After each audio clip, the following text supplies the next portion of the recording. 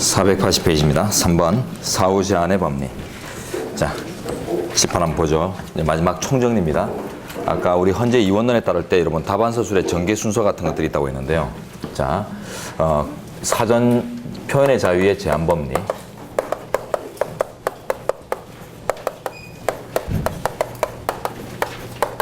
이런 전개 순서의 이제 단계, 구분 내지는 이제 관계가 성립되는 것들만 봅니다. 헌재는 이제 이원론을 취하고 있죠. 이원론. 자, 이에 따를 때는 사전 제한의 법리가 이원화됩니다.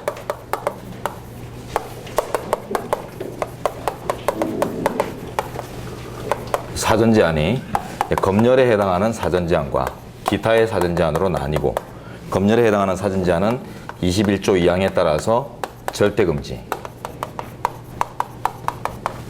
검열에 해당하지 않는 기타 사전 제한은 37조 2항에 따른 과잉 금지 원칙의 제한에 따른 제한적 허용. 사후 제한은 21조 2항의 적용 영역이 아니죠. 그렇기 때문에 당연히 37조 2항에 따른 제한 허용. 예. 이런 단계를 가지고요. 그래서 여러분들은 헌재 입장에서 검토하시는 게 타당합니다. 사례 검토나 기록 검토하실 때 그때 이제 이 순서를 놓치면 안 돼요. 검열에 해당하는지 판단해보고 검열에 해당하면 바로 위헌하고 끝내시면 돼요. 근데 검열에 해당하지 않다면 그 다음 37조 2항의 적용을 또 해보시고 위헌 여부를 또 타진해야 돼요. 그러고 사후 제한 이동할 필요는 없죠. 사전 제한인가 사후 제한인가를 먼저 파악하신 다음에 사후 제한에 해당하면 37조 2항만을 판단하고, 사전 제한이라면 두 가지 검토 순서를 지키셔야 되고, 그리고 요 두 가지가 지금 방법이 똑같죠. 그러나 차별을 하셔야 됩니다. 여러분 실제 문제를 풀 때는 왜? 과잉성이라는 차원에서 볼 때 사후적인 규제보다는 사전적 규제가 좀 더 과잉하죠. 그렇기 때문에 비례 심사를 할 때 여러분들이 구체적으로 비례 심사 과정에서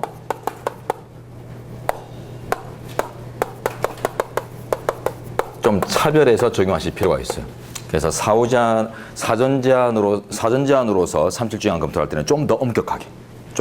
그래서 사후 규제만으로도 충분한데 사전 제한까지 한 것이어서 최소 침해성에 반하지 않는가. 예, 이런 것들을 잘 이용을 하셔야 돼요. 활용을 하셔야 돼요. 그래서 여러분이 이제 위헌으로 어떤 사전 제한 사례인데 검열은 아니다. 그러면 이제 과잉금지 판단하면서 내가 위헌으로 답을 내릴까, 합헌으로 답을 내릴까? 그 단초가 사후 제한으로도 충분하다고 볼 수 있는 사안이 아닌가? 검토를 해보신 다음에 그렇다면은 과잉하다라는 평가를 내릴 수 있다는 거예요. 자, 그래서 이제 사전 제한은 37조 2항으로 판단하더라도 좀 더 엄격하게 접근하실 필요가 있다. 됐습니다. 그리고 이제 3번 책으로 와서 사후 제한의 법리 1. 일반적 법률 유보에 의한 제한 37조 2항을 얘기합니다. 자, 그러나 오른쪽 가시면요. 표현의 자유에 대한 제한은 좀 더 엄격한 심사가 이루어야 된다. 제가 기본서로 표현하고 있죠. 사후 규제보다는 좀 더 강한 규제니까 더 엄중하게 판단해야 된다. 그래서 2번 가시면 이제 명백현존 위험의 원칙 이런 것들이 관련해서 제시되는데요. 이거는 이제 미연방 대법원이 마련한 것인데 우리 헌재가 차용해서 쓰고 있습니다. 나 됐고요. 나 마지막 줄에 이 법리를 적용하고 있다. 인식하신 다음에 그렇다면 37조 2항의 비례의 원칙과는 어떤 관계에 놓이겠는가? 일반적으로 현재가 활용하는 비례 심사 기준과는 어떤 관계인가? 명백현존 위험의 원칙은 37조 2항 비례 심사에 대한 가중적 요건이다. 무슨 말이죠? 가장 강화된 비례 심사 기준이다. 이 뜻이에요. 그래서 비례 심사 기준의 한 유형으로 파악합니다.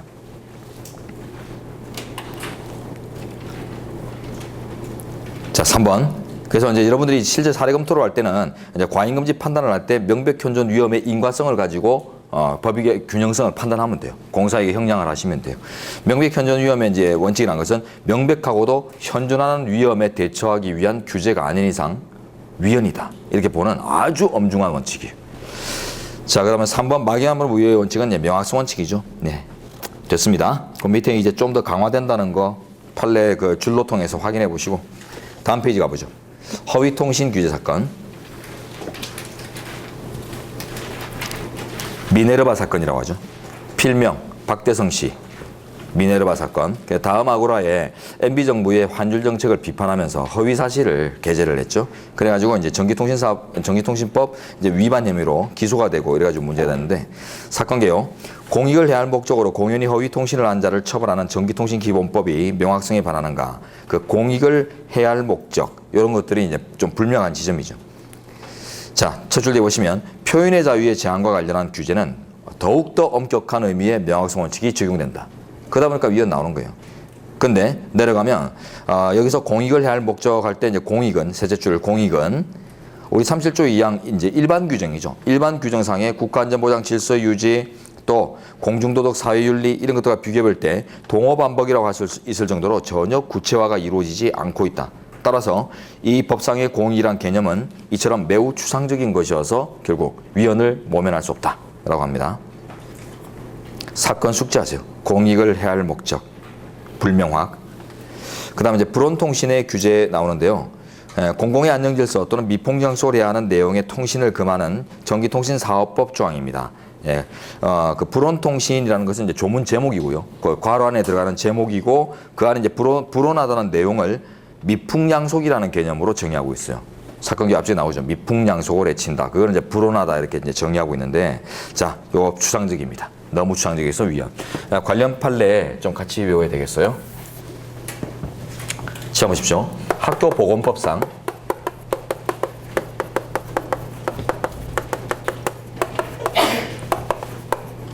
미풍양속 개념에 대해서는 우리 연재가 명확하다고 합니다. 합헌. 학교보건법이 어떤 법이죠?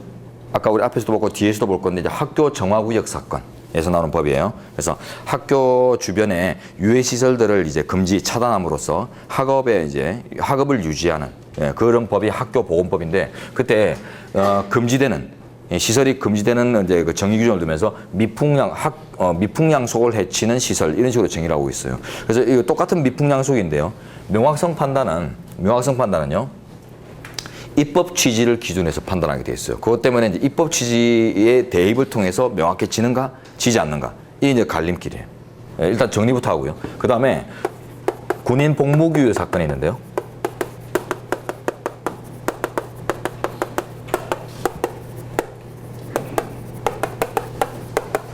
불온서적을 군대에서 읽으면 안 된다, 두면 안 된다.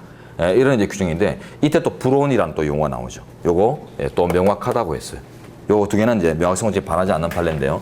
왜 이렇게 유사한 용어를 씀에도 어떤 거는 위헌 나오고 어떤 거는 위헌 나오지 않는가? 예, 명확성 판단은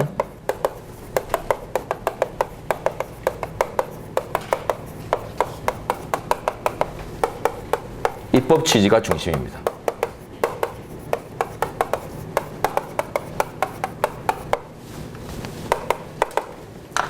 그러다 보니까 이거 한 연습해보죠. 학교보건법. 학업유지, 학업보호를 위한 법이죠. 그러니까 학업보호법에서 얘기하는 미풍양속은 학업을 해칠 수 있는 시설.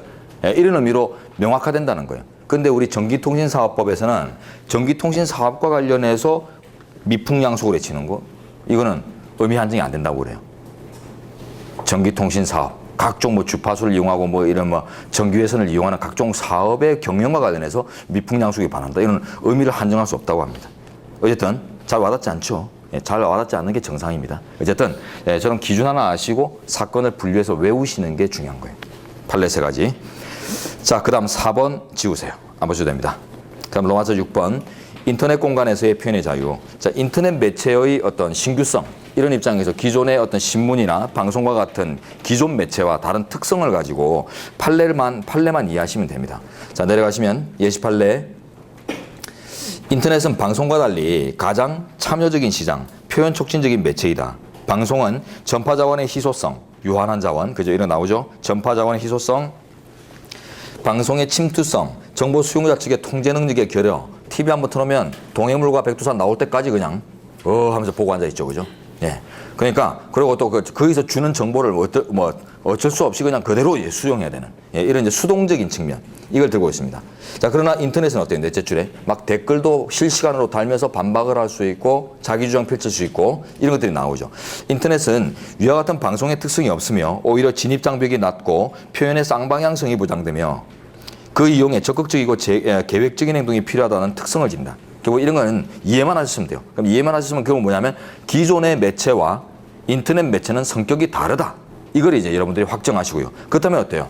규제 방식도 달라야 할 것이다. 요게 이제 결론이에요. 내려가시면 줄텐데 인터넷상의 표현에 대해서는 기존의 매체에 대한 이제 그 규제로서 질서 위주의 사고만으로 규제해서는 안 될 것이다라고 합니다. 이거 오선지로 국가고시에 이미 나와 있는데요. 인터넷 매체에 대해서는 기존 매체와 속성을 달리하므로 질서 위주의 사고로 규제하여야 할 것이다. 이런 식으로 해서 판례를 소개합니다. 질서 위주 사고 부정적으로 봐요. 단순히 질서 잡겠다 이런 질서 규율, 단순한 이제 규제, 원론적 규제의 의미로 접근하면 안 된다는 뜻입니다. 자, 그 다음 2번 밑에 나오는데요. 2번은 안에 내용은 보지 마세요. 정보통신망법이 어떻게 이제 규정하고 있는데 이런 건 중요하지 않고 판례. 자, 인터넷 홈페이지 운영자의 법적 책임. 그리고 다음 페이지 가보세요. 인터넷 종합정보제공사업자의 법적 책임. 이 두 가지가 구별됩니다. 결론 달라져요. 다시 돌아와서 인터넷 홈페이지. 이건 다음 네이버 같은 포털이 아니라 이제 일반 그 개인 홈피 이런 것들이에요. 자, 일반 이제 개인 홈피 운영자의 법적 책임. 자, 첫 줄요. 온라인 서비스 제공자인 인터넷상의 홈페이지 운영자가 자신이 관리하는 전자 게시판에 타인의 명예를 훼손하는 내용이 게재된 것을 방치했을 때 명예훼손으로 인한 손해배상 책임을 지게 하기 위해서는 그 운영자에게 그 게시물을 삭제할 의무가 있음에도 정당한 사유 없이 이를 이행하지 않은 경우가 할 것이다. 자기 의무가 전제되겠죠. 부작위에 대한 위법성 당연히 자기 의무가 전제된다. 이건 여러분 다 알고 있는 속성이에요. 근데 다음 페이지가 이제 중요하죠. 줄텐데. 제3자의 명예를 훼손하는 글이 게시되고 운영자가 이를 알았거나 알 수 있었다는 사정만으로 항상 운영자가 그 글을 삭제할 의무를 지는 것은 아니다라고 합니다. 즉 인식 가능성만으로는 자기 의무가 성립되지 않는다고 해요. 특별한 사정이 더 있어야 된다고 합니다. 악의적으로 유지했다. 이런 이제 것들이 필요하다는 거예요. 왜일까요? 일반 개인 홈페이지 같은 경우는 그 댓글이나 뭐 글들이 막 올라 있는데 함부로 지우고 하면 또 그것 때문에 또 난리 나요. 왜 내 글을 지우느냐? 그러면서 나는 사람이 아니냐 이러면서 난리가 난단 말이에요. 그러니까 웬만하면 안 지웁니다. 웬만하면 제 카페도 보면은 일반적으로 안 지워요. 물론 이제 나쁜 글들 거의 안 올라오지만 간혹은 이제 한잔 하시고 괴로워서 글 올리는 분들이 계시거든요. 왜냐하면 남자만 군대를 가야 됩니까? 이유를 밝혀주세요. 헌재가 이미 이유를 밝혔는데 또 저한테 밝혀달라고 하면 참 난감해요. 그런데 그렇더라도 그런 글들을 놔둡니다. 그 막 완전 상업성 광고 아니면은. 그러니까 그런 이제 사후 문제들 때문에 사후 분쟁들 때문에 웬만하면 못 지우는 것이 현실이기 때문에 그 현실을 감안한 거예요. 자, 근데 그 밑에 인터넷 종합정보 제공사업자. 자, 종합정보 제공사업자는 뭐냐면 포털을 얘기합니다. 포털 사이트. 포털 사이트. 다음 네이버, 네이트 같은 포털 사이트에 대해서는 법적 책임을 아주 엄격하게, 엄중하게 묻습니다. 자, 두째 줄. 보도매체로부터 기사를 전송받아 자신의 자료저장 컴퓨터 설비에 보관하면서 스스로 그 기사 가운데 일부를 선별하여 자신이 직접 관리하는 뉴스 게시 공간에 게재했고 그 게재된 기사가 타인의 명예를 훼손한 내용을 담고 있다면 아래 갑니다. 특별한 사정이 없는 이상 명예훼손에 대한 불법행위 책임을 져야 된다고 하는 특별 사정 없으면 책임 있다라고 돼버리죠. 원칙과 이해가 뒤바뀌어 버리죠. 이유는요. 위에 다 나왔어요.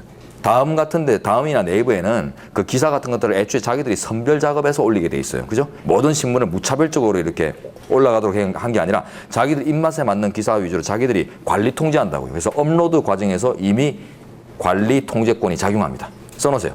업로드 과정, 이미 업로드 과정에서 관리한다. 관리함. 엄격 관리함. 이렇게 써놓으세요. 그렇기 때문에 이런 것들은 자신의 이제 선택의 책임을 져야겠죠. 선별의 책임을, 기사 선별의 책임을 물을 수 있다. 그 밑에 판례는 이제 최신 판례인데 그냥 한번 읽어보세요. 줄된 부분. 자, 나머지는 넘어가겠습니다. 집회결사의 자유.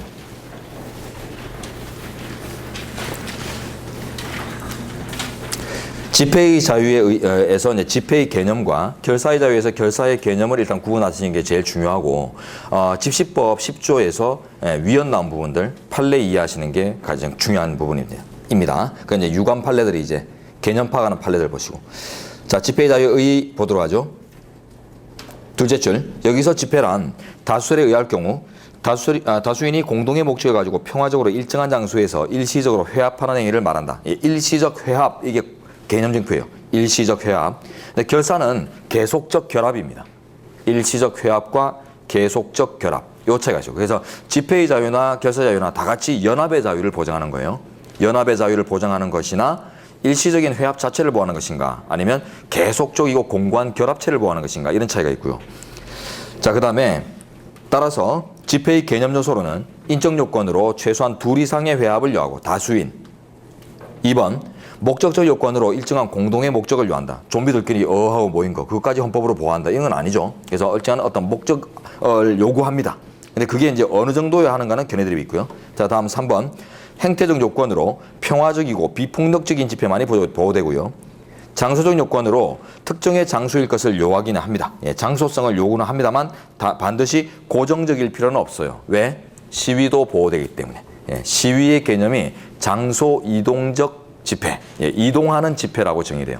써놓으신 밑에 시위, 괄호에서 이동하는 집회의 보호, 가로 닫고 의 보호. 이동하는 집회로서 시위도 보호돼야 되기 때문에 고정성을 요하지는 않습니다. 그러나 장소성은 중요합니다. 나중에 이제 그 판례가 나와요. 관련 판례가 나와요. 왜냐하면 어느 장소에 사람들이 집결했다. 왜 모였을까? 저 장소가 무슨 의미가 있으니까 저기 모였을까? 이런 것들이 그 보호 여부를 판단하고 보호 여부나 보호 범위를 판단하는데 상당히 중요한 역할을 한단 말이에요. 그러니까 그 장소가 아주 중요한 의미를 가진다. 자, 됐고요. 근데 결사는 어때요? 결사는 장소가 중요한 의미를 갖지 않아요. 그죠? 회사가 어디에서 그룹을 형성했다. 이런 것들이 어디에서가 중요하지 않죠. 합쳤는가 말았는가 이런 현상만 중요한 것이지. 그래서 삼성그룹의 본사가 어디 있는가 이런 거 별로 중요하지 않습니다. 자, 다음 인적 요건 내려가시면 줄된데요. 아래 줄된데 1인 릴레이 집회나 나홀로 시위는 집회의 자유가 아닌 언론의 자유에서 보호될 수 있을 뿐입니다. 다수인을 요구하기 때문에. 자, 다음 목적 요건으로서는 두째 줄을 가시면요. 공동의 목적을 요구하고 있는데 구체적 내용과 관련해서 최광의설부터 최협의설까지 대립하는데요. 최광의설은 헌재 판례 견해입니다.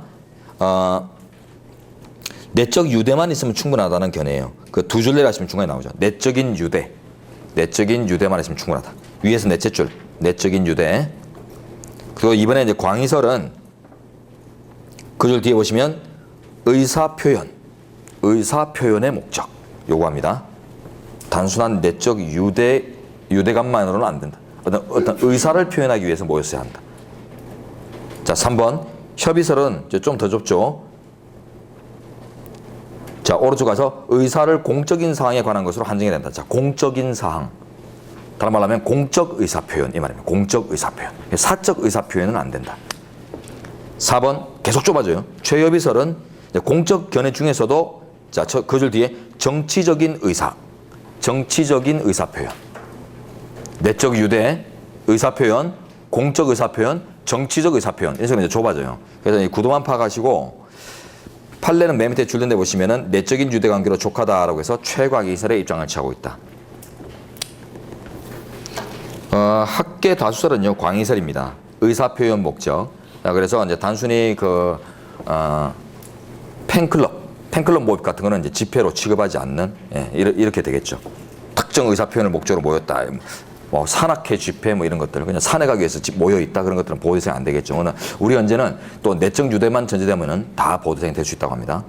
자, 행태적 요건 넘어가시고 장소 요건도요. 자, 이제 판례 들어갑니다.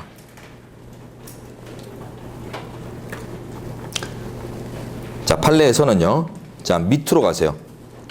세 번째 이제 줄단락이 있어요. 집회의 자유는 표현의 자유와 더불어 민주적 공동체가 기능하기 위해 불가결한 근본 요소에 속한다. 민주적 이런 표현 쓰고 민주주의 이런 표현 쓰고 있죠. 정치적 기본권성이 있다. 표현의 자유는. 그래서 맨 마지막 줄인데 집회의 자유는 집권 세력에 대한 정치적 반대 의사를 공동으로 표명하는 효과적인 수단으로서 현대사회에서 언론 매체에 접근할 수 없는 소수 집단에게 그들의 권익과 주장을 옹호하기 위한 적절한 수단을 제공한다는 점에서 아래 줄인데요. 소수의 보호를 위한 중요한 기본권이다. 자, 소수의 보호 따옴표. 요 오선지에 있어요. 국가고시.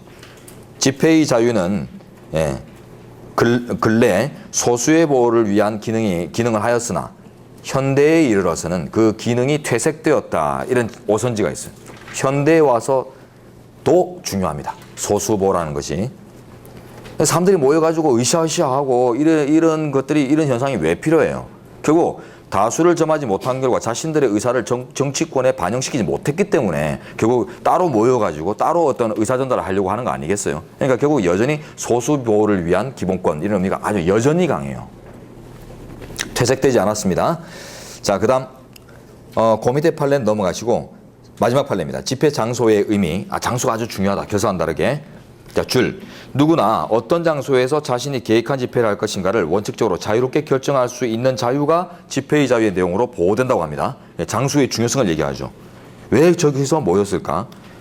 그러면 왜 저기서 모였을까에 따라서 그러면 어느 만큼 보호할까? 이런 것들도 이제 달라지기 때문에 그 장수의 의미가 큽니다. 자, 따라서 집회의 자유는 다른 법익의 보호를 위해 정당화되지 않는 이상, 자, 이 부분이 엄청 중요하고요. 빈출 지문, 집회 장소를 항의의 대상으로부터 분리시키는 것을 금지한다.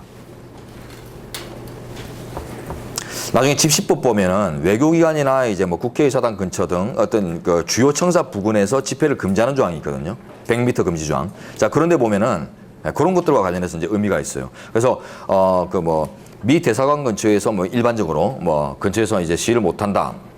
근처에서 못 한다. 이러면은 이제 미 대사 뭐 쇠고기와 관련 광우병이나 이런 거 관련해서 미 대사관 앞에서 이제 뭐 시위를 하고 싶은데 좀 밀려난단 말이에요. 밀려나다 보면 이런 현상들이 있죠.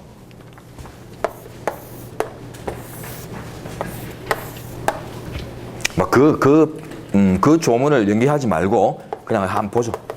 미 대사관, 일본 대사관 있는데 만약에 여기서 못 하겠다. 그러면은 여기서 시위를 못 하겠다. 그럼 밀려나죠. 밀려나면 이제 요 애매하게 이제 요 정도 써가지고 이제 할 수 있어요. 시위를 막 하는데 자, 지금 광우병 물러가라. 쇠고기 수입 반대 막 이런 거 하고 있는 거죠. 지금 한미 FTA 반대 이런 거 지금 하고 있어요. 하고 있는데 지금 여기서 하면 미 대사관 측에서 인식을 하죠. 아, 우리 때문에 왔구나. 인식을 할 수 있어요. 그래서 의지가 관철될 수 있는 가능성이 생기죠. 그러나 밀려나가지고 하다 보면 어때요? 애매해집니다. 미 대사관에서는 저 멀리 떨어져 있으니까 우리 거 아닌가 보다. 괜히 이제 일본 대사관이 이상하게 또 독도 때문에 왔나 보네. 이러면서 난리가 날 수 있죠. 그러니까 이 이 표현의 자유가 기능을 제대로 못하는 거예요. 실현을 할 수가 없는 거죠. 그렇기 때문에 표현의 자유의 이제 실효적인 보장이라는 것을 집회의 자유의 실효적인 보장이라는 측면에서 받았을 때는 그 장소, 항의 대상과 장소의 인과성이나 근접성 이런 것들이 확보될 필요가 있다는 겁니다. 자, 2번 집회의 자유의 성격은 됐고요. 자, 주체에 가시면 줄된데요. 법인도 집회의 자유의 주체가 될 수 있습니다. 결사의 자유 주체는 더더구나 되고요. 법인 대표자가 하면 되죠. 법인 대표자가 대표 명의로서 집회 개최할 수 있습니다. 대표자들끼리 모여갖고. 자, 4번 집회의 자유의 내용과 효력 줄된데 바로 보시면 되는데요. 집회의 사전적, 사후적 단계, 전 단계가 보호돼야 됩니다. 준비 단계부터 마무리 단계까지 다. 그래서 오른쪽 가시면 판례 보죠. 집회의 준비, 조직, 지휘 참가, 집회 장소, 시간의 선택 이런 것들이 보장되어야 한다고 하고요. 그 밑에 집회 장소로의 여행을 방해하거나 집회 장소로부터 귀가하는 것을 방해하거나 집회 장소에 접근하는 것을 방해하는 각종 행위가 다 위헌적인 행위가 될 수 있다고 합니다. 그 자체 위헌일은 아닌데 자유의 제약 행위예요. 이런 것들이죠. 농민들이 한때 한미 FTA 반대를 하면서 우리 경운기나 소를 몰고 서울에서 다 모입시다. 전국의 농민들 해가지고 막 그냥 모이려고 했던 적이 있었어요. 뉴스 보도도 나오고. 그때 이제 만약에 당국에서 만약에 서울광장에서 모이려고 했다. 그러면 그 당국에서 언제든 오십시오. 열어놓겠습니다. 서울광장. 대신에 못 돌아가십니다요. 이렇게 버리면 어떻게 돼요? 돌아가지 못할 곳에 사람이 갈 수 있어요. 그러니까 이런 것들이 전 과정이 보장되지 않으면 집회 자유의 실효적 보장이 또 요원하다. 이런 표현을 쓸 수밖에 없죠. 자, 그 다음 효력 넘어가시고요. 그 다음에 집회 자유의 제한 쪽으로 가죠. 다음 페이지. 자, 판례 첫 줄 보세요. 공공의 안녕 질서에 대한 직접적인 위협이 명백하게 존재하는 경우에 한해서만 제한될 수 있다. 명백하게 현존하는 위험 이런 표현을 쓰고 있죠. 명백 현존 위험의 법칙을 제시하고 있습니다. 집회의 자유도 다수설에 따르면 넓은 의미의 표현의 자유죠. 표현의 자유의 제한 범위 그대로 적용됩니다.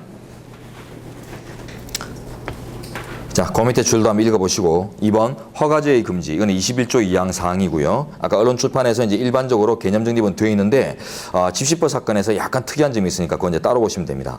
일단 판례 정리부터 하죠. 본문에서 1. 집시법상 사전신고제도에 대해서는 학계 비판 많죠. 사후 금지통고제도 이런 것들과 결합해서 실질적 허가제로 운영되고 있는 바 빨리 입법을 개선해야 된다. 이러면서 이제 위헌 주장을 하지만 우리 판례는 합헌으로 봤어요. 단순한 협력 의무로서의 신고 설정에 불과하다라고 하면서요.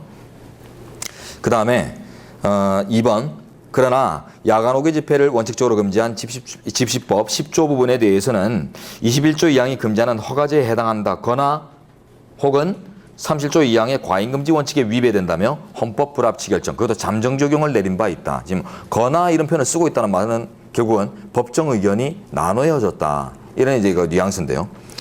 사법시험에서는 오른쪽에 이제 판례 나오지만 그 잠정 적용 부분에 대해서 오선지로 나왔어요. 잠정 적용 부분 오선지. 예, 적용 중지 헌법 불합치했다 이래가지고 오선지 나왔어요. 예, 그것도 중요한 의미가 있습니다. 예, 잠정 적용도 정확하게 알아주시고. 자, 그 다음 밑에 아래 세 줄 뒤에 한편 헌재는 야간 시위를 금지한 집시법 10조 부분에 대해서는 해가 진 후부터 같은 날 24시까지의 시위, 즉 일몰 후 자정 전 시위입니다. 일몰 후 자정 전 시위에 적용하는 한 헌법에 위반된다며 한정위헌 결정하였다. 연도 2014년 3월. 엄청 따끈한 거죠. 고유의 판례하고 구분되어야 됩니다. 예, 조금 이따 보도록 하죠. 자, 밑에 예시 판례에서 사전신고제에 나오는데 그 줄된 부분 한번 읽어보시고 그 다음에 오른쪽으로 하시면 이제 집시법 10조와 관련된 즉 왼쪽 동그라미 2분과 관련된 판례 나오고요. 한 장 넘기시면 왼쪽 이제 본문 맨 마지막에서 봤던 야간 시위 금지에 관련된 한정위헌 사례 실려 있습니다. 요거 보시기 전에 한 장 더 넘기세요. 494페이지에 가면 조문 나오죠. 법 10조. 누구든지 해가 뜨기 전이나 해가 진 후, 즉 일출절 전 일몰 후에는 5개 집회 또는 시위를 해서는 아니 된다. 일반적 금지. 다만 집회의 성격상 부득이하여 주최자가 질서 유지인을 두고 미리 신고한 경우에는 관할 서장이 질서 유지를 위한 조건을 붙여 야간 5개 집회를 허용할 수 있다라고 하죠. 자, 요때 맨 마지막 5개 집회를 허용할 수 있다. 집회라고 돼 있죠. 밑에 쓰세요. 시위 X. 시위는 예외가 없어요. 시위는 집회보다는 좀 더 위험하죠. 장소 이동성 때문에. 자, 그래서 고정적인 집회보다는 장소를 이동하면서 행하는 시위가 좀 더 위험하기 때문에 시위에는 우리 집시법이 예외를 전혀 두지 않습니다. 그래서 야간 5개 시위는 절대 금지고요. 야간 5개 집회는 원칙적 금지예요. 구분하셔야 됩니다. 그래서 판례가 결론이 다르게 나온 거예요. 야간 5개 집회는 예외가 있는 결과 원칙적 금지고 야간 시위 금지는 예외가 없는 절대 금지예요. 자, 그리고 돌아가세요. 491페이지.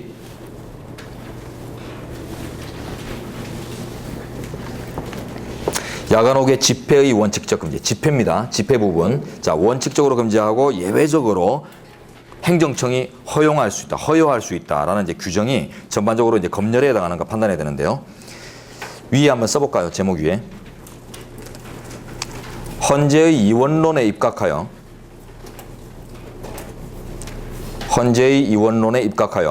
허가제 금지 위반성의 인정 여부가 핵심인 사안입니다. 헌재의 이원론에 입각하여 허가제 금지의 위반성, 인정 여부가 핵심.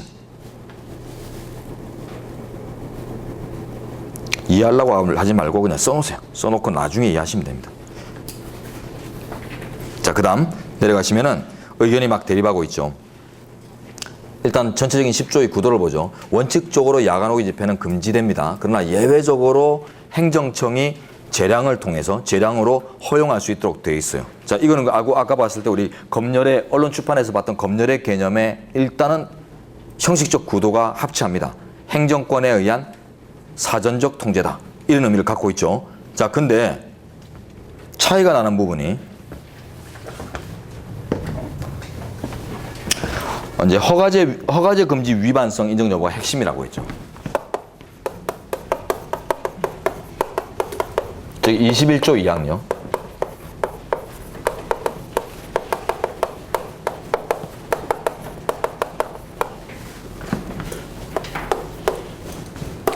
자, 언론 출판에서 금지되는 검열 개념은 아까 표현 내용에 대한 통제, 즉 내용 규제에 국한된다고 했어요. 근데 지금 야간에 5개에서 하는 어떤 행위들을 규제하는 것은 내용적 규제예요? 아니에요? 내용 규제 아닙니다. 야간이라는 장소, 시간대, 그 다음에 오괴라는 장소, 즉 시간적, 장소적 방법 이런 것들을 동원한 내용 중립적 규제죠. 그렇기 때문에 행정권에 의한 사전 통제라는 요소는 가지만 내용 규제라는 요소를 갖지 않기 때문에 이 사안이 그래서 원론적으로 이제 언론 출판에서 정의되던 검열 개념에 의할 때는 바로 검열이다 할 수가 없어요. 근데 최근에 유력설에 따를 때 봅니다. 자, 언론 출판의 검열 개념, 검열 개념의 분리 파악 가능성, 분리적 해석 가능성, 즉 언론 출판에서 금지되는 검열 개념과 집회결사에서 금지되는 검열 개념을 다르게 이해할 수 있는가, 아니면 똑같이 통일적으로 해석해야 되는가, 그 차이인데요. 자, 통일적 해석을 하게 되면요, 이게 지금 우리 소수의견입니다. 법정 의견 중 소수의견. 기존의 견해를 그대로 유지, 언론 출판에서의 검열 개념을 그대로 유지, 즉 통일적 해석을 해버리면 검열 개념에 들 수가 없어요. 내용 규제에 여전히 내용 규제만 검열 개념에 합당합니다. 그래서 지금 지시법 10조를 검열로 평가 내릴 수가 없어요.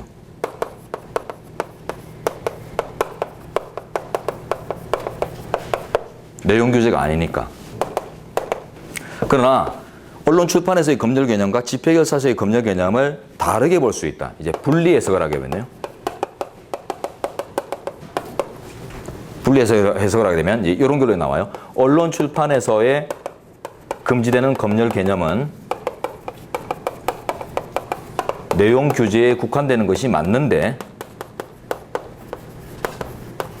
그러나 집회결사에서의 금지되는 검열 개념은 21주 양성의 검열 개념은 다르게 파악될 필요가 있다. 즉 내용 규제뿐만 아니라 여기다 내용 중립적 규제도 포함시킬 필요가 있다. 이렇게 이해를 할 수 있어요. 자, 그러면 이 견해에 따르면은 이 지시법 제10조는 어떻게 돼요? 내용 중립적 규제도 집회결사에서 금지되는 검열에 포괄될 수 있다. 그리고 나머지 행정권에 의한 사전 통제 요소 다 갖춰버리죠. 그렇기 때문에 법 10조는 검열에 해당한다라는 결론 나와버립니다. 허가제 금지 위반이 됩니다.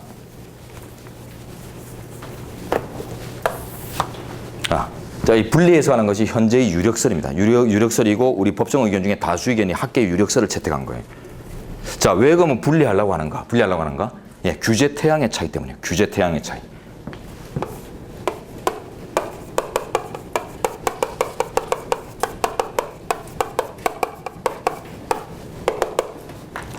언론 출판은 일반적으로 이제 출판물 같은 어떤 표현의 결과물들을 전제로 하기 때문에 그 표현의 결과물에 담기는 내용, 이런 것들 내용 검토를 중심으로 해서 이제 사전 통제가 이루어져 왔다.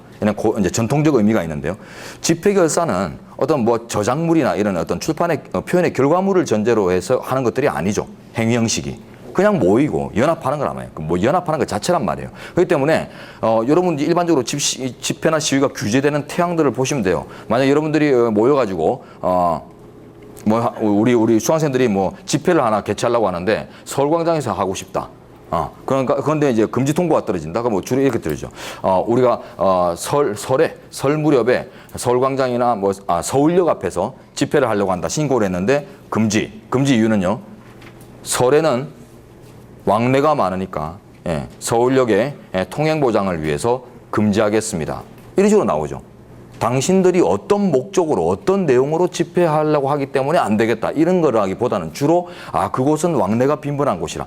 거기는 주요 청사 부근이라. 이런 식으로 해서 기능 보장을 위해서 이런 거란 말이에요. 그러다 보니까 규제의 태양이 어떤 내용 검토 중심으로 이루어지는 언론 출판의 경우와 그냥 연합 그 자체의 어떤 위해성과 사회적 위해성과 관련해서 이제 이루어지는 규제 태양의 차이 때문에 결국 달리 볼 필요가 있다는 거죠. 내용 중립적 규제가 다반사라는 거예요. 집회결사에서는. 이게 다반사예요. 그러니까 이걸 빼고 검열 개념을 파악하면 껍데기다 이 말이죠. 이게 맞죠. 그래서 법정 다수 의견이 현재 학계 유력설을 채택한 것입니다. 그래서 이 단초만 잘 아시면 돼요. 이제 들어갑니다. 1번 재판관 5인의 법정 의견 중 다수 의견의 위헌 의견. 줄로요. 집회의 내용 그 자체를 기준으로 한 허가뿐만 아니라 내용, 집회의 시간, 장소, 방법을 기준으로 한 허가, 즉 내용 중립적 규제도 이 사건은 법 규정에 의해 금지되는 허가에 해당하는 것이다. 집회 결사와 관련해서는 이렇게 딱 분리 파악을 하고요. 그 결과 이 법은 허가제 개념 그대로 이제 충족하게 돼 있죠. 그래서 밑에 주장하시면 결국 야간오개 집회에 관한 일반적 금지를 규정한 집시법 본문과 관할 서장에 의한 예외적 행정청의 재량을 규정한 단서는 전체로서 야간오개 집회에 대한 허가를 규정한 것이라고 보지 않을 수 없다. 그래서 허가제 위반으로 바로 위헌. 그리고 이제 1-2 이제 위헌 보충 의견 나오는데 요거는 입법자의 얍삽한 사후 대책을 방지하기 위해서 보충 의견을 냈어요. 예. 그래서 1번에 이제 1-2죠. 그래서 5인의 위헌 의견 중에 두 사람이 좀 보충적인 의견 지시를 한 것인데요. 그래서 허가제 금지 위반은 맞습니다. 맞는데 그걸만 결정을 내리면은 어떻게 돼요? 허가제 구도만 없애버리면은 또 합헌화되어 버리는데 입법자가 어떻게 하겠어요? 단서만 없애버릴 수도 있다는 거예요. 단서만 없애면 어때요? 그냥 절대 금지죠. 예. 절대 금지는 검열과는 개념 소통이 안 돼요. 검열은 행정청이 자의에 맡겨져 있는 이런 것들이 이제 검열 개념이지 아예 그냥 금지하고 행정청의 자유 재량이 없는 이런 이제 단서만 이제 삭제를 해버리면 결국 허가제에 반해서 위헌이라는 위헌의 점을 바로 해소하면서 오히려 더 악법이 돼버린단 말이에요. 그래서 더 악법으로 계약이 되는 것을 계약을 방지하기 위해서 보충 의견을 낸 거예요. 그래서 보시면 줄된데 계약 방지 차원에서 집시법 10조 본문은 즉 일반적 금지 조항이죠. 일반적 금지를 내용으로 하는 본문은 야간오개 집회를 일반적 전면적으로 금지하여 합리적 사유 없이 집회의 자유를 상당 부분 박탈하는 것이므로 37조 2항에 위반된다고 선언할 필요가 보충적으로 선언할 필요가 있다. 예, 단서만 없애는 계약을 방지한다. 써놓으세요. 단서만 삭제하는 계약을 방지. 계약의 방지. 단서만 삭제하는 계약의 방지. 실제 한나라당 측에서는 이렇게 나왔어요. 예, 이 판례 딱 나오자마자 한나라당 측의 그 나경원 의원 그 예전에 있죠. 별로 제가 안 좋아하는 의원인데 의원으로서 안 좋아해요. 네, 그분이 판사 출신인데 시사토론에 나와가지고는 이 법은 단서만 없애면 된다. 앞으로 전면 금지하는 쪽으로 우리 한나라당은 기조를 잡겠다. 이런 식으로 얘기를 해요. 그냥 반대쪽에서 난리가 나죠. 어떤 그런 해석론이 있을 수 있냐. 판례를 이상하게 꼬우고 있다니까. 판례가 허가제로 위헌이라고 하지 않느냐. 그러니까 허가제 단서를 없애면 허가제의 위헌적 요소가 없다. 허가제의 형식적 구도가 성립이 안 되기 때문에 괜찮은 것이다. 전면금지 규제의 필요성이기 때문에 그럼 앞으로 전면금지하기로 우리는 기조를 모으고 있다. 이런 식으로 얘기를 했어요. 한나라당이 그렇게 했단 말이에요. 실제로. 그러니까 지금 2인의 위헌 보충 의견은 한나라당의 지금 행보를 예상을 했죠. 예상을 하고 계약을 막기 위해서 보충 의견까지 제시했어요. 제가 볼 때는 이 전체 의견 중에 이 위헌 보충 의견이 최고로 정당한 의견이 아닌가 생각됩니다.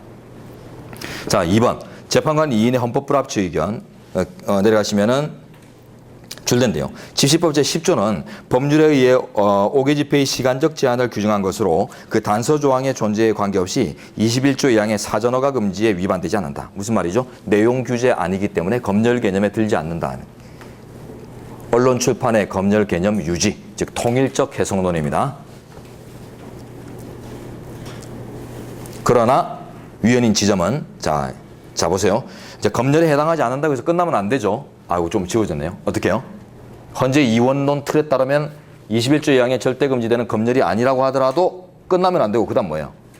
기타의 사전 제한으로서 과잉 금지 판단해야 되죠. 밑으로 내려가시면 줄 나오죠.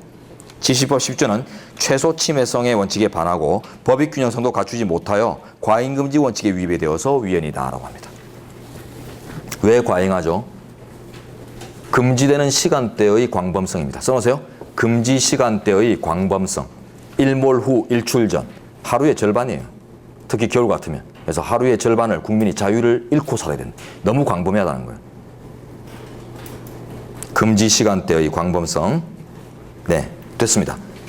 근데 이제 마지막으로 정리하죠. 양거래 1번이나 이제 2번에 다수 의견 쪽으로 가시면 허가제, 특히 이제 그 1번의 법정 다수의견은 허가제 금지에 위반돼서 위헌이다 평가 내리고 과잉금지 판단 따로 하고 있지 않죠. 양거래 1번에서는. 맞나요?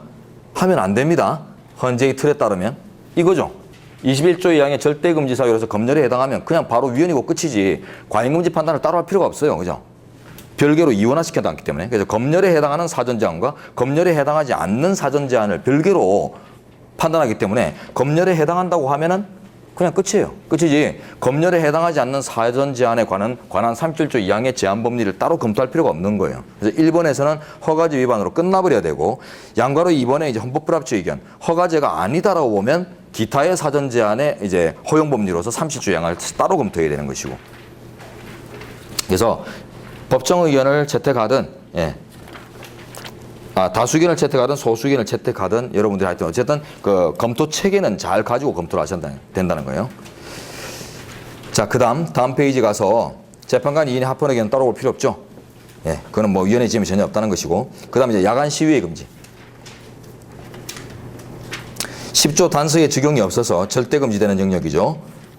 자, 그래서 내려가시면 1번에서 그 내 의미를 밝히고 있고요. 1번에서. 그다음 2번. 자, 본안 들어가시면 줄된데 야간 시위의 특성이나 차별성은 심야의 특수성으로 인한 위험성이라 할 것임에도 불구하고 이 사건 조항은 해가 뜨기 전이나 해가 진 후라는 광범위하고 가변적인 시간대의 시위를 금지하고 있어서 잘못되었다. 심야의 위험성. 야간 5개의 시위가 금지될 필요성은 심야의 위험성에서 유리하는 것인데 일몰 후 일출 전은 심야의 의미를 넘어요. 깊은 밤이죠. 심야라는 것은 아주 깊은 밤. 자정 이후 이런 깊은 밤의 위험성에 유리한다라고 합니다. 그러니까 그 외에는 위험한 것이 아니다. 그래서 맨 마지막 보시면 해가 진 후부터 같은 날 24시까지의 시위. 아까 말했죠. 일몰 후 자정 전 시위에까지 적용하는 한 헌법에 위반된다. 일몰 후 자정 전 시위 위헌 이렇게 기억하시면 되겠어요.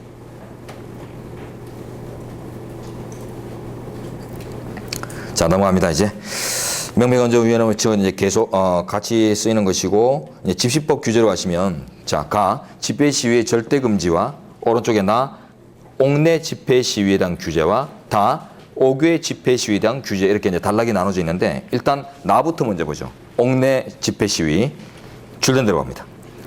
법 조의 5조에 절대적 금지 사유에 해당하지 않는 이상, 즉 왼쪽 가에 해당하지 않는 이상 자유롭습니다.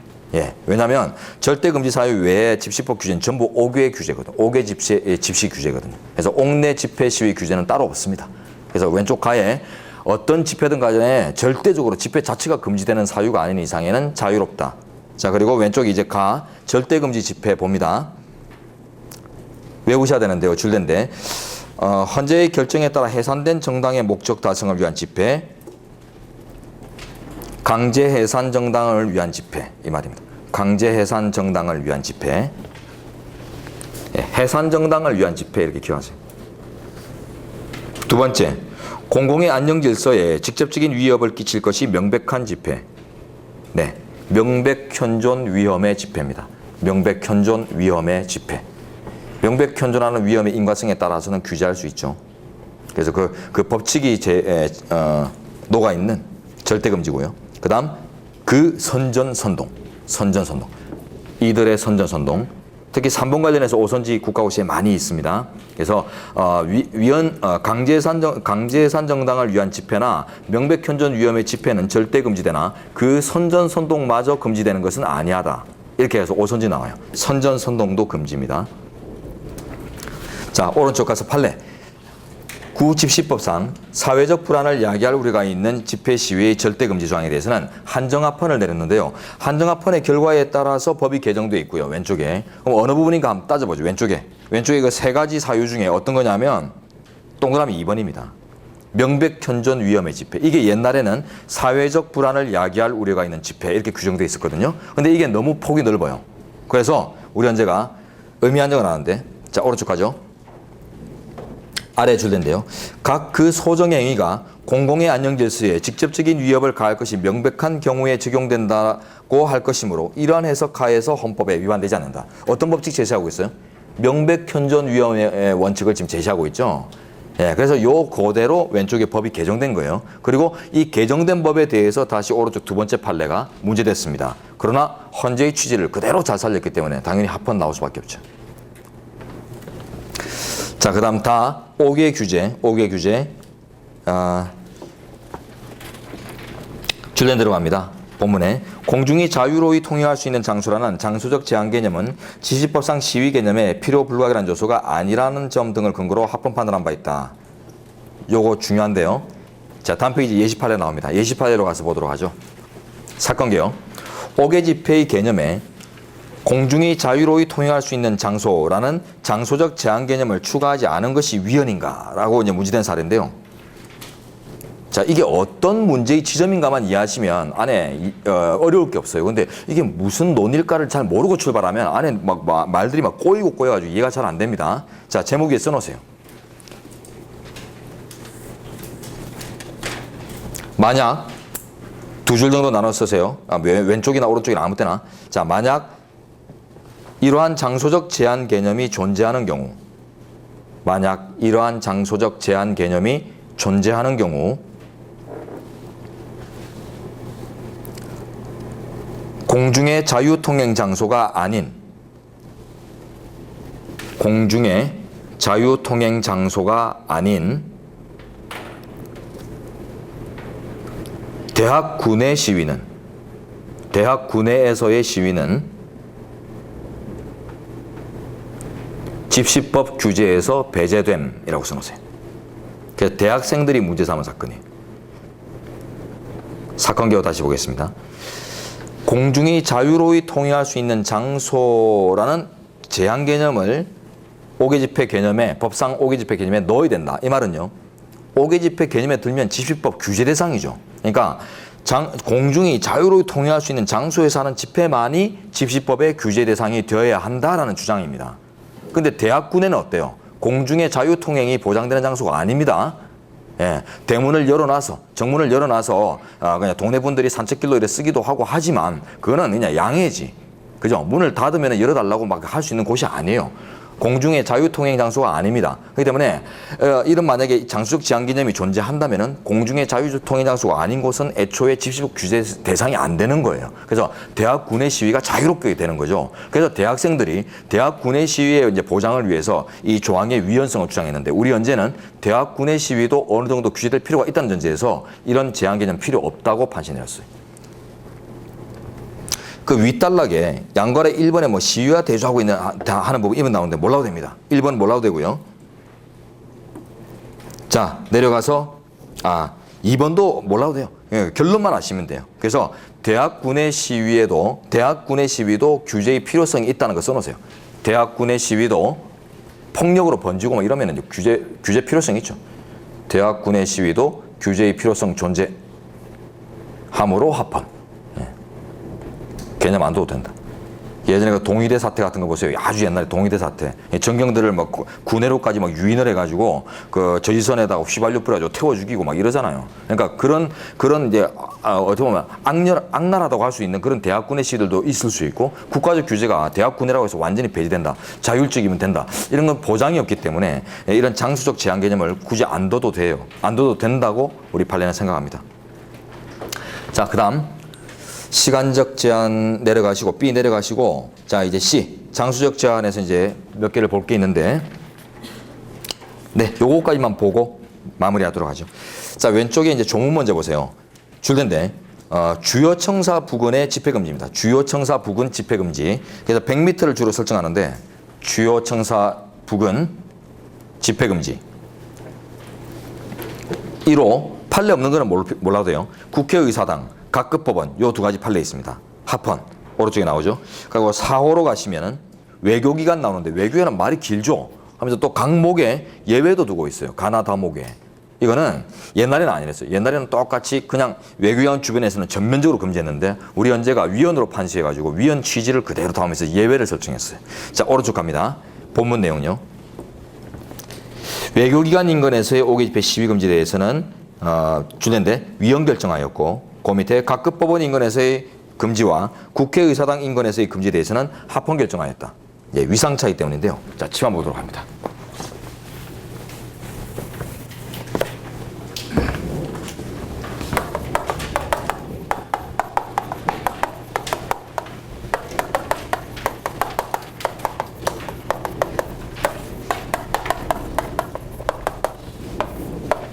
국회의사당 대의제 민주주의의 자유위임의 법리.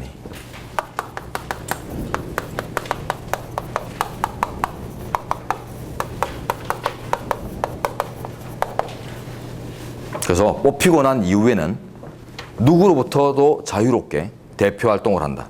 국민으로부터 구속받지 않는다. 여론을 통해서 구속받을 수 있는 여지 이런 것들을 가지면 대표 활동에 지장을 준다는 뜻이. 대의제에 반할 수 있다. 두 번째, 각급 법원, 법원의 속성입니다. 재판의 독립, 사법부의 독립.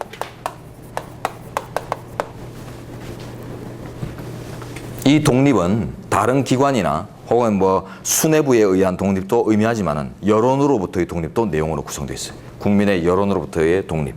그렇기 때문에 이런 이제 법리, 법칙이 존재하기 때문에 전면금지에도 합헌이에요. 그러나 외교 공간은요, 판례에서도 나오지만 단순한 공관의 그 기능 보장입니다. 공관의 기능 보장.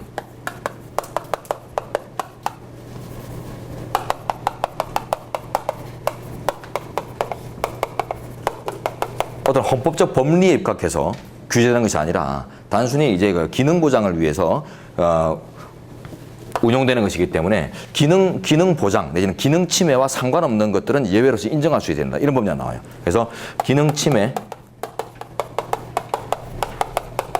무관한 집회, 즉 우리 판례는 휴일 집회, 소규모 집회, 다른 목적의 집회를 들고 있는데요. 자, 기능 침해와 무관한 집회 예외가 설정될 수 있어야 된다. 이렇게 판시했어요. 그래서 그 일률적으로 규제한 게 위헌이다 판시했고, 그래서 요 세 가지가 지금 왼쪽 조문에 각목으로 들어가 있는 거예요. 판시 취지에 따라. 그래서 판시를 이해하시면은 현행 법령을 이해하는 것이고, 법령과 판례가 동시에 문제될 수 있다. A급이죠. 자, 이제 첫 번째 예시 판례 봅니다. 외교기관. 자, 이 사건 법조항의 입법 목적은 궁극적으로 외교기관의 기능 보장이다. 뒤에 거는 읽지 마세요. 예, 기능 보장. 자, 그렇기 때문에 아래 줄인데 다른 목적의 집회나 소규모 집회나 휴일에 행해지는 집회 이런 것들은 기능 보장과 전혀 무관하다는 거예요. 기능을 해칠 가능성이 없다는 거예요. 그래서 이들이 함께 아래 줄인데 예외 없이 금지되고 있는 바 최소성에 반한다라고 합니다. 그래서 왼쪽에 이제 조문이 다 헌재 취지에 걸맞게 개편되어 있습니다. 그리고 자, 다음 페이지 하시면 또 판례는 또 외교기관 또 나오는데요. 요거는 이제 개정법이에요. 헌재 취지에 따라 개정된 법에 대한 이제 판시고, 요거는 당연히 합헌 나옵니다. 네. 그리고 D 이하는 아주 간단한 절차하고 핵심적인 절차와 관련된 판례 정도만 이해하시면 되고요. 그러면 이제 그 집회는 이제 어려운 게 없어요. 요거는 내일 또 진행하도록 하죠. 자, 수고하셨습니다.